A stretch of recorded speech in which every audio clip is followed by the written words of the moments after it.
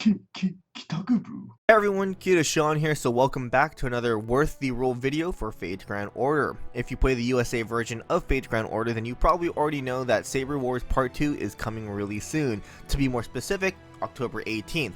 They actually announced it not too long ago on their Twitter account. In the upcoming event, we have two new playable servants joining the game, Space Ishtar and Calamity Jane. I'll be explaining their skills, how to use them, and most importantly, if they are worth your Saint Quartz. Let's go ahead and start off with Calamity Jane. Her first skill has an AoE, reduce the attack of all enemies by 10% for 3 turns, and reduce critical attack chance for 3 turns up to 19%. Her second skill can reduce all enemies' MP gauge by 1, increase own attack by 3 turns, up to 20%, and 80% chance to increase party's attack except self for 3 turns up to 20%, and charges the party's MP by 10%. Her third skill is targetable, and it can increase an ally's buff success rate for 3 turns up to 40%. When there are at least 10 critical stars, increase critical damage for 3 turns up to 40%. When there are at least 20 critical stars, increase critical star absorption for 3 turns up to 1500%. When there are at least 30 critical stars, grants evasion for a turn. When there are at least 40 critical stars, grants ignore invincibility for 3 turns. And when there are at least 50% critical stars, MP gauge can increase by 20%. Her MP is a quick type, and it is a single target MP that ignores evasion for a turn, and it activates before the MP hits, and overcharge reduces enemy defense and quick resistance for 2 turns up to 30%, and it also activates before the MP hits. If you haven't noticed yet, but Jane is more suited for a support role, but she can also be that semi-attacker. She might not have the greatest attack stat, but she makes it up with a lot of HP, great star generation, and great MP gain. So that's why she is a semi-support, semi-attacker. So I'm pretty sure you noticed with her third skill, but it's very important to manage critical stars if you have her in your team. And again, she is really good at gaining stars, so definitely attack with her if you want to get all those stars. Now let's talk about Space Ishtar. To be really honest with you guys, I don't really think I need to explain her to you guys because a lot of you guys have been waiting for her. You guys looked her up and everything like that.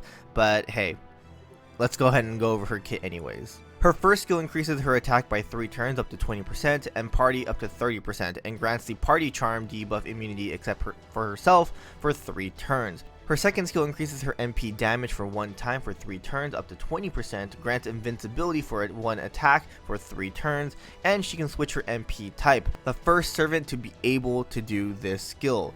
If you want more MP gauge, use art, crit damage, quick, and more damage, Buster. You can keep the card type up to 3 turns, so if you're able to loop it, hey, you can do one of the 3. Her third skill charges her MP gauge up to 50%, which is huge, and it increases her command cards all 3 types up to 20% for 3 turns, but it does have an 80% chance, which is not bad at all. It usually hits. Her MP is an AoE arts MP, so you don't really need to pick the arts type when you activate her second skill, but you still want that MP damage increase, so make sure you do hit that second skill.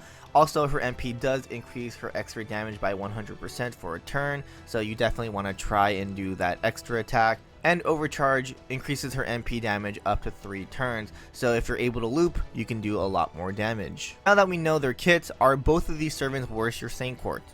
Yes.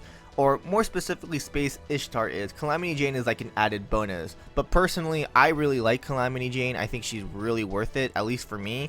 Her character is just so much fun. She's a pretty unique servant when it comes to gameplay, and honestly, I love her design. Most players don't like her design for some reason, which I just don't understand. Heck, some believe she should have been a welfare servant for this upcoming event. Space Ishtar is really strong, especially when the support that everyone needs comes out next year. She will most likely end up becoming your go-to farmer because that 3-turn MP loop is highly possible with that support, and yeah, you can do a lot of damage, you can get a lot of MP and all that good stuff. So Space Ishtar is definitely worth the roll. Also, you guys won't see another raid up for Space Ishtar until January 2023. That's when the rerun will most likely hit for the USA version, so it's definitely the best time to roll for her now.